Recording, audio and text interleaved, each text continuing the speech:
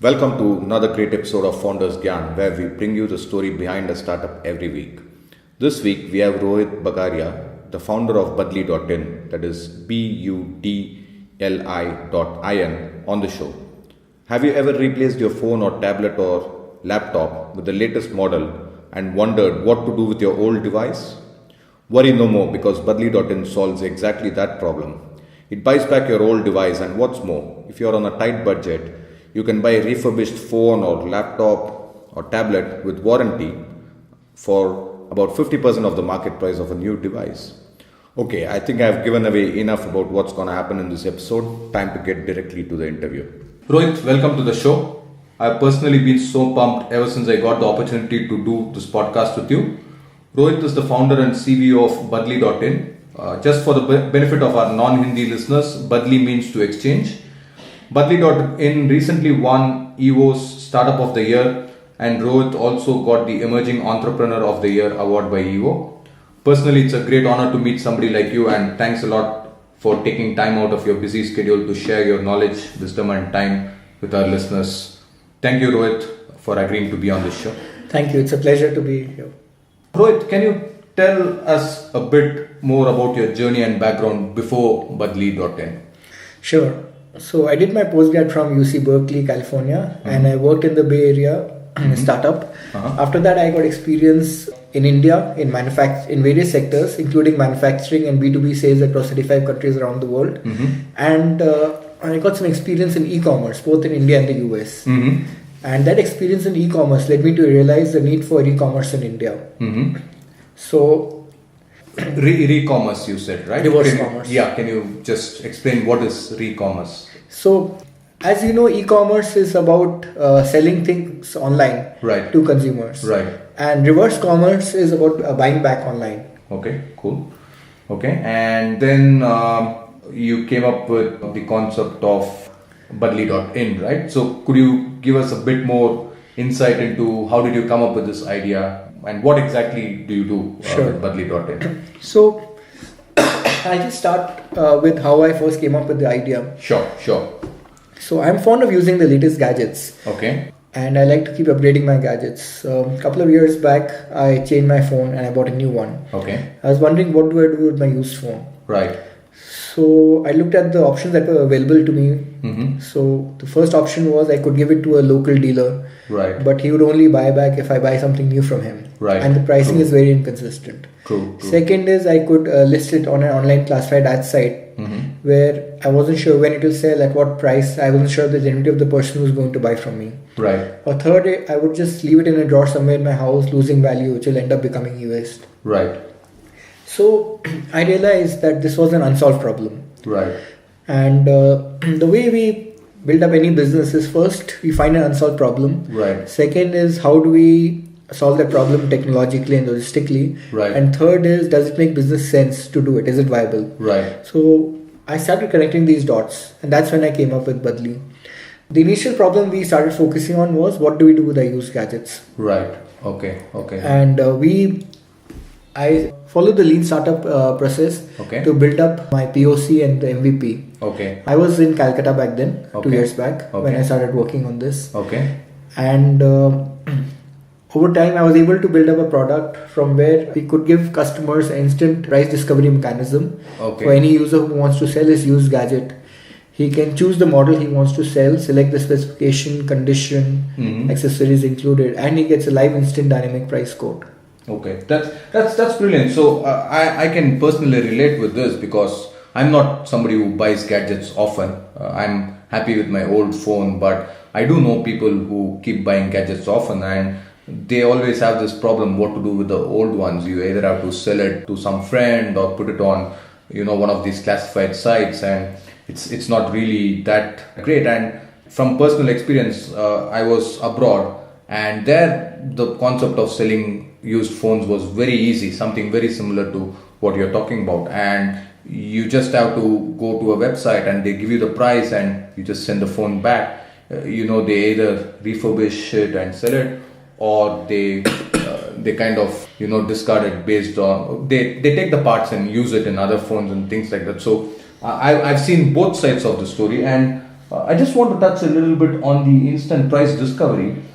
How many models of phones? I know you do phones, tablets, laptops, probably iPods and stuff like that also. So how many different devices do you give instant price for? So we've got hundreds of models already there on our website, and if product is not listed, there is a request a quote option. Okay. So through which the user can provide details and he gets a price quote. Okay. So that is the first step. After that, once he obtains the price quote, he can confirm the order. Right. And we arrange free shipment pickup across more than 10,000 pin codes in India. Okay. Through our logistics partners. Okay. And we pay the users after verification by online bank transfer. Okay. Okay. Generally, the transactions completed within 3 to 4 working days. Okay. So what we have done is we've taken the e-commerce model where typically a buyer pays the seller and the seller ships the product to them. Right. And we flipped it upside down. Right. In this, the seller ships the product and gets paid for it. Okay. And the way e-commerce focuses on the buying experience, we focus on the selling experience. Okay. And our endeavor was to provide users a consistent, controlled, curated selling experience, which was missing in the country. Right. Right. The challenges that we face were similar to that of e-commerce. Okay. Okay. Brilliant. Brilliant. So, can we talk a little bit more about the ideation process? Now, obviously, selling a used phone is something that hundreds and thousands of people have struggled with. You know, I'm also one of those people. You're also one of those people.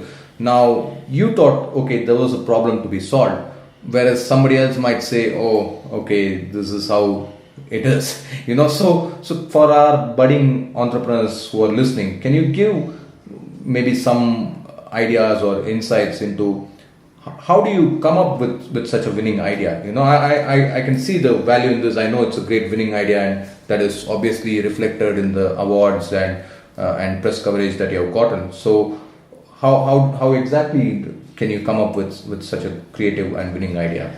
Like I mentioned, first find an unsolved problem. Right. Entrepreneurship is all about problem solving. Right. So second, try to solve that problem logistically and technologically. Right. Third, see whether it makes business sense. Is it profitable? Is it viable? And when you're able to connect the dots, then start working on it. Right. Okay. Yeah, you make it sound easy, and I know that you have a little bit of background in some kind of family business. I would put it that way. So maybe it runs in your blood. I'm just saying that.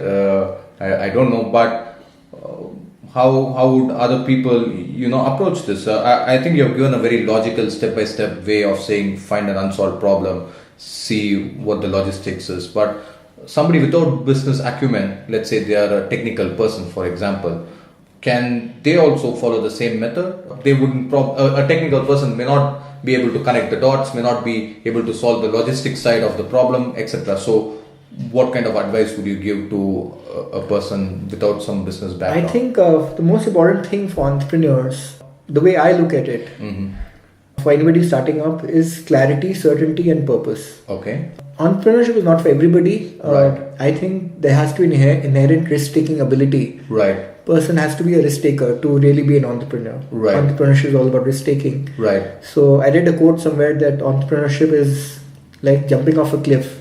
Right. And figuring out how to build an airplane on the way down. Okay. Yeah, I think that kind of sums it up very nicely. Thanks for that. Now let's move on a bit to ideation to creation. Yeah, you touched upon it. You gave some three logical steps. Can you tell a little bit more about your own experience in terms of Budli.in? So you got this idea, you got this great idea. So what did you do next? Did you build the website? Did you go talk to people? Did you start marketing? What exactly did you do? So, like I mentioned, I followed the lean startup process. Okay. So could you maybe tell it in layman's terms, because some of our listeners may not be aware of. I went on building a POC, the proof of concept. Okay. In the proof of concept stage, I tried to see whether this was actually a problem worth solving. Right. And I did a problem interview statement that is mentioned. That's part of the lean startup process. Okay. Then initially all this I had done alone. Right. Okay.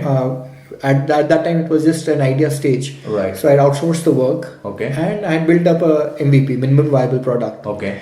And I started getting users to transact. I didn't really spend any money on marketing at all. Okay. How did you get these users then? These initial users? I tried to focus on people who want to sell their gadgets. Okay. And how I could find them. Okay. And initially, I just started focusing on directly trying to contact and reach out to them. Okay. That was the first step. Your friends and contacts and Facebook, whatever. Through every means possible. Right. Okay. Then this was in the first stage. Okay. Then I started looking at doing organic marketing. Okay. Where I didn't really have any budget for marketing. Okay.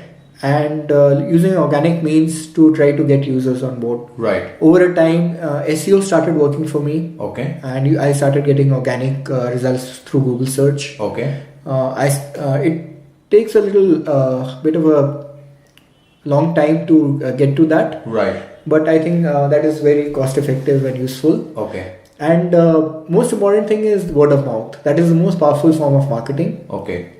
If you have satisfied users, right. If one user can speak about it to 10 people, and right. those 10 can speak to 100. Right. So just imagine how fast and how far you can go. Right. We hear about word of mouth a lot in press, and we read about it a lot. How powerful is it actually in your case? Did it really help to take the platform to the next level? Yes, initially, like I said, our business model was only C2B, consumer to business. Right. Where we buy back the used gadgets online. Right. And we pay them directly for it. And after that, we refurbish and resell it. Okay. Using different channels. Right. So initially, we focused on only the target users who want to sell their used gadgets. Right. And we looked at various options to try to reach out to them. Right. And like I said, we didn't spend any money on marketing. Okay. So without any marketing budget, we started getting some transactions going. Okay, that's great. So, from what I understood, you first reached out to people and people willing to sell. Basically, your first step was to try and get people to sell using your site, and obviously you would have built some kind of a backlog of devices. And how did you approach businesses? You were not in the gadget manufacturing or refurbishing business. Correct me if I'm wrong. How did you initially reach out to the various channels, and how did you get that first entry into those channels? Because I think that would have been a big challenge for you, getting some partners through which you can sell these refurbished devices, because you have no stand in the market. Yes, your site is great, users are getting a great instant price discovery, and I'm happy to give you my device, but you have no say in selling it to a shop, for example, right? So how did you break that barrier? I think it takes time, but I think one of the most important qualities that an entrepreneur should have is perseverance. Right. You need to be certain, and you need to be sure of the value proposition that you're providing. Right. If the value proposition is clear, right, it's easier to be able to sell your idea, right, or your product or your service. Right. Okay, great. I'm just moving a little bit on to your personal side. Now, we all hear about founders sacrificing family time to make their ventures a success. Can you tell us a bit more about your family and how you manage to balance business and family life? Well, since I'm single, it's a little easier for me compared to maybe people who have children. Right. And they need to obviously devote time to them. Right. But I think the most important thing in having a balanced life, and how do you balance between work and personal, is to make sure you enjoy what you're doing. Mm-hmm. So if you really enjoy what you're doing, mm-hmm, your work becomes part of your leisure. Right. I mean, so then there are no boundaries as such. Right. That okay, I'm only working from this time to this time. After that, I'm not working. Right. But if I enjoy what I'm doing, mm-hmm, and I think that is one of the biggest takeaways, and that's something that I was really stressed on, mm-hmm, is to make sure that whatever people do, right, that they should enjoy what they're doing. I think that's the most important thing. Right. That's great. Budli was your brainchild, and there are no co-founders, right? Yeah, I started alone. Okay, but I'm sure over time there are some lot of people who have joined your company, and there are some strong influences within your company. Can you tell us a story about some kind of disagreement that happened between you and, let's say, some strong influences within your company, and how you were able to solve it? I think trust is a very important aspect. In fact, when we started off the business, we not just focused on what is the business, but how we are going to work. Right. Okay. The core values of the business. Okay. So we have a large board that you might have seen that's there in our office. Right. Which articulates our core values. Right. And everyone who joins in needs to be aligned to these core values of the business. Right. So if those core values are aligned, right, it's a lot easier over, and this is something that is required in the long term. Right. And this is what we strongly believe in as individuals as well. Right. So everybody is unique in this world. Everybody True. has a different mindset and a different point of view. True. But if we align ourselves on our core values and our vision, right, then it doesn't matter which way we take, as long as we know that we're both going in the same direction. Okay, that's actually quite unique. I'm not saying I've seen like plenty of startups, but usually all these boards and these core values, vision is something that is usually there only in bigger companies. How did you come up with this idea that, okay, even though we are a startup, we need to have something like vision statement and core values and things like that? So I'll elaborate a little bit about, like I'd mentioned, the initial problem we started solving was what do we do with the used gadgets? Right. That was the micro problem. Okay. One was this for people who want to sell used gadgets. Right. And second is for people who want to buy certified pre-owned gadgets. Right. With the assurance of a warranty from a trusted source. Right. That problem was unsolved in India. Right. So we looked at focusing these two micro problems. Okay. But while doing that, I realized the enormous opportunity and the macro picture. We look at the total market landscape. India is the world's fastest growing smartphone market. Okay. India has about 950 million mobile phone users. Okay. And 250 million smartphone users. Okay. We all know that technology is going to radically transform India in education, healthcare, financial services, utilities. Right. And it is going to change society as we know it. Right. A lot of this change will happen through the smartphone. Right. Today, anyone with a smartphone and internet connection has access to more information than the US president had 15 years back. True. That is the power that we have in our hands today. True. True.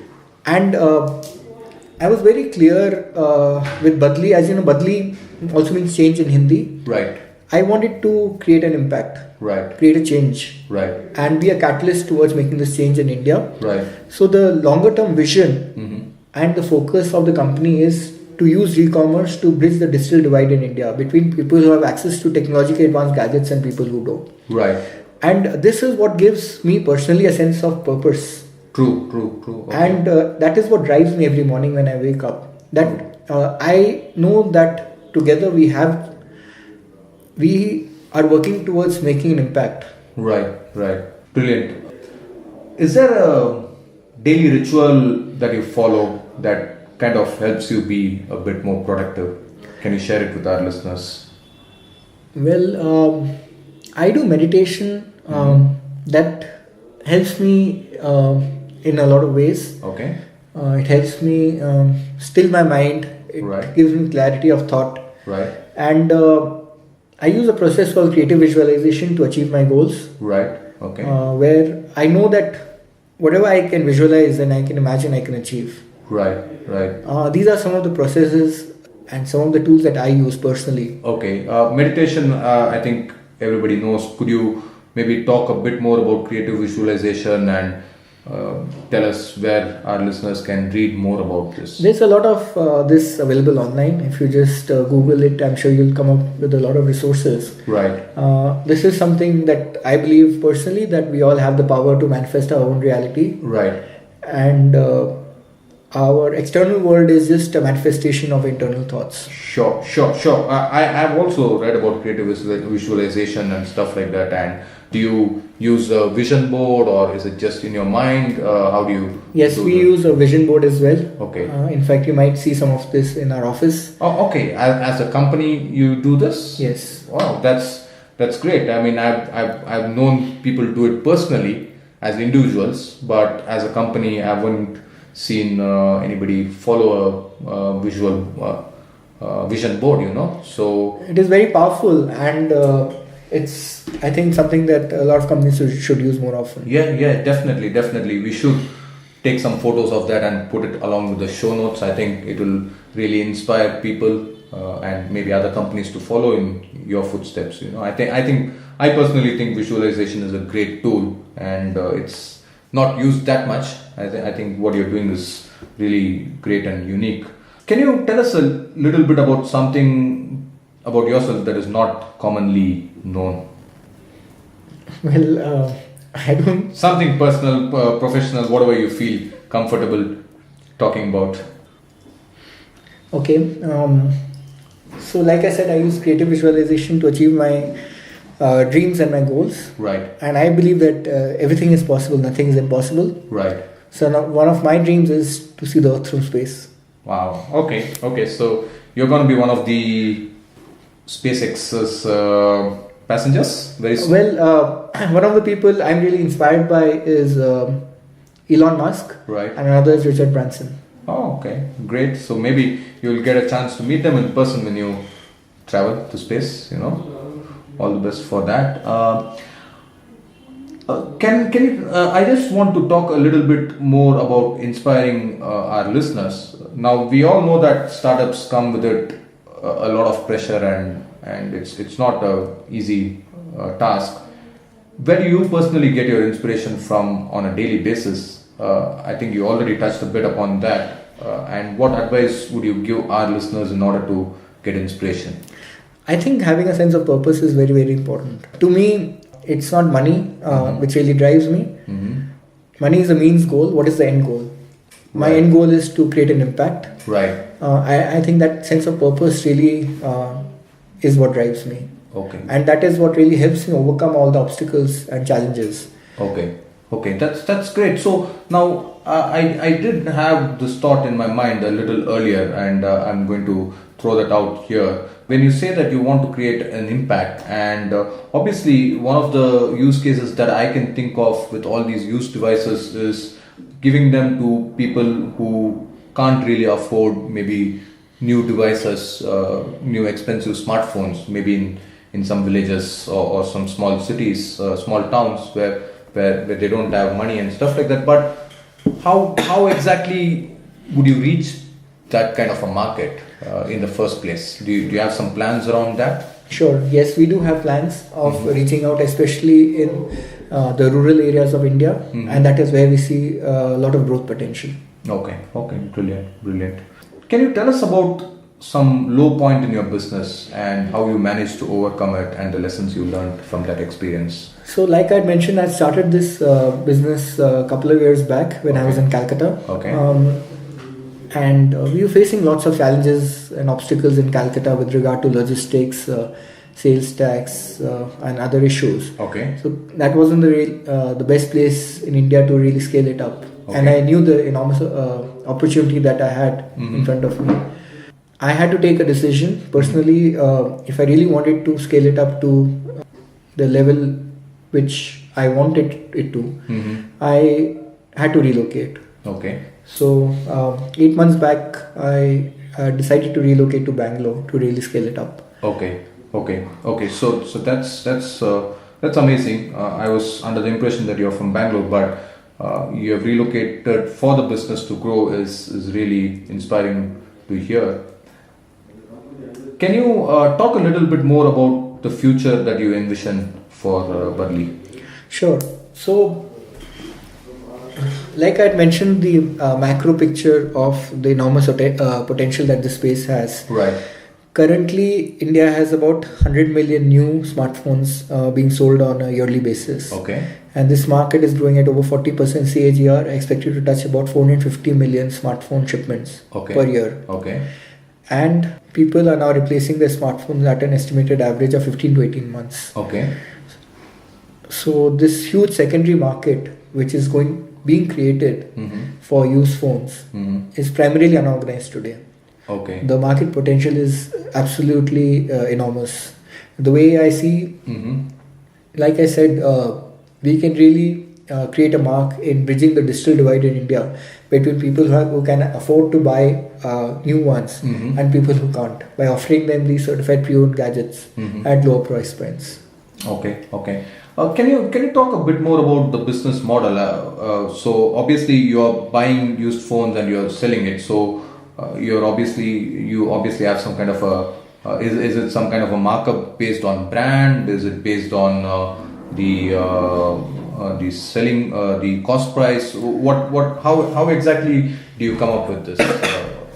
So what we do is our pricing algorithm determines what is the buyback price of the product. Okay. After that, we do the value addition. We do the refurbishment as required. Right. And then we resell the products with warranty and guaranteed buyback. Right.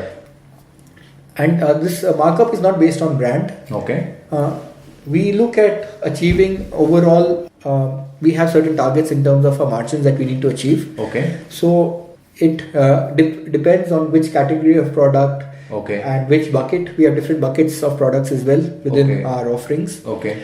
There are various permutations and combinations that we use to achieve our targets. Okay. And we use multiple sourcing and selling channels in these. Okay. So surely you built all these over time, right? Or did you have all that on paper on the very first day?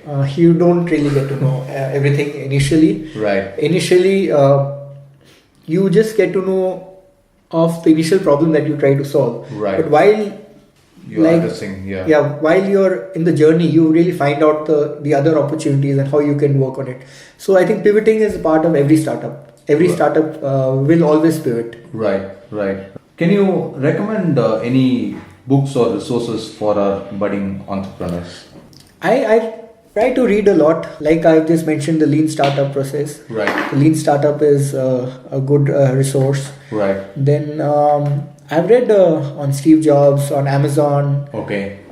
I've read Peter Thiel. Okay. On Google. Okay.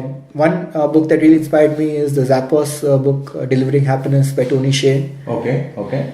So mostly kind of autobiographies? Biographies, autobiographies. It's about stories of different founders and people who have built businesses, who have basically worked on achieving a vision. Okay. Which ones would be your top three? So, three. Delivering Happiness is something I really enjoyed by Tony Hsieh. Okay. I was really inspired by the way Zappos built up its company culture and core values. Okay. And its focus on customer service. Okay. Anything else? The Everything Store of Amazon, Jeff Bezos. Okay. There are a lot of learnings over there as well. Mm-hmm. I recently read 0 to 1 by Peter Thiel. Okay. Yeah, I read it too recently. Yeah.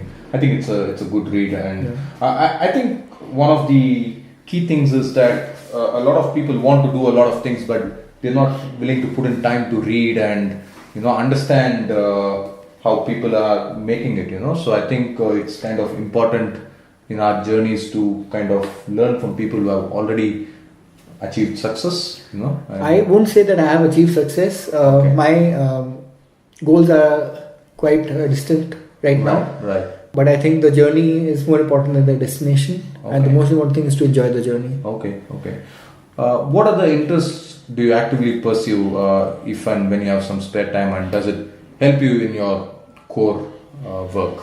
So I'm passionate about travel and technology. Okay. I love to travel. Okay. I love to explore different parts of the world and meet different people from different cultures and learn from them. Okay. And can you name one recent place that you have been to that?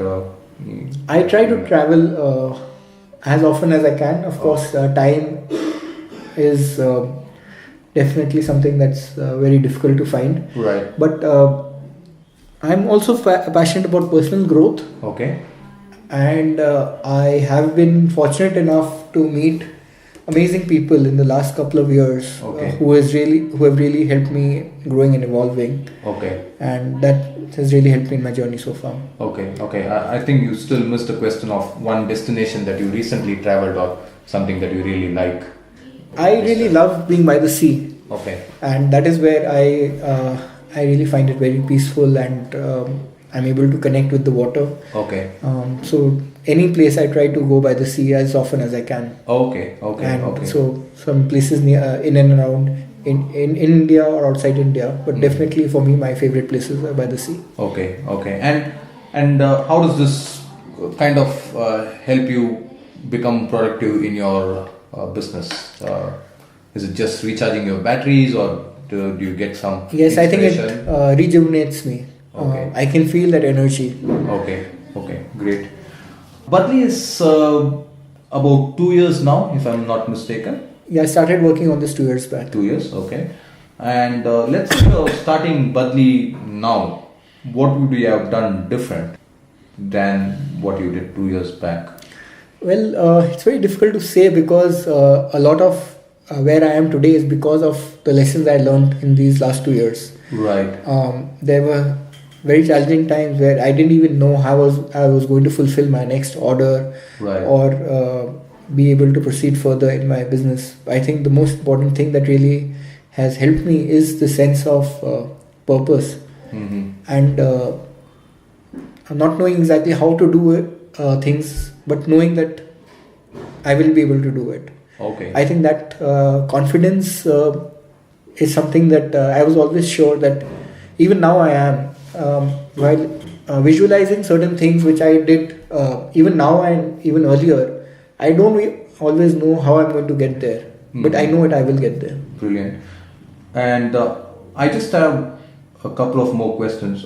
In fact, I just have one more question. But before we go on to that, how can our listeners get in touch with you? Are you active on Facebook, LinkedIn, Twitter, blogs, or just your official Yeah, ID? I'm active on social media, and of course, email is a good way to reach out to me. I'm available at rohit@budli.in. Okay, and social media, what's your handle? How do people search for your name? Twitter, my handle is Rohit B. Okay, Rohit B. Okay, we will link that onto the show notes. Okay. I just have one final question, but before we go on to that question, I just want to take the time to acknowledge and thank you for sharing your knowledge to myself and our listeners. Sure. I'm also very grateful for the value you are adding into the world by means of your venture. And with that, we move on to the final question. If there is one gyan that you would give our would-be founders, what would that be? I think clarity, certainty, and purpose. Okay, great. These are the three most important things for entrepreneurs. And many times I've seen entrepreneurs working without a sense of purpose. I think that is really required. Okay, brilliant. Thank you, Rohit, so much for your time. It was a real pleasure chatting with you, and wish you continued success in your future ventures. Thank you so much. It was nice talking to you too. Thanks. There you have it, folks. Another great story. I hope you enjoyed it as much as we enjoyed producing it. Go ahead and share it with your friends and colleagues, or just about anybody who wants to start something new. Don't forget to like us on Facebook and Twitter. The addresses are facebook.com/FoundersGyan and @FoundersGyan. Easy enough, right? Subscribe via iTunes, Stitcher and RSS to get notified whenever there's a new episode, which is every week. I'll be back next week with yet another great show, yet another great startup and entrepreneur. Till then, you know what this show is meant to do. It's meant to inspire you, so hope you got inspired. So go ahead and take action today.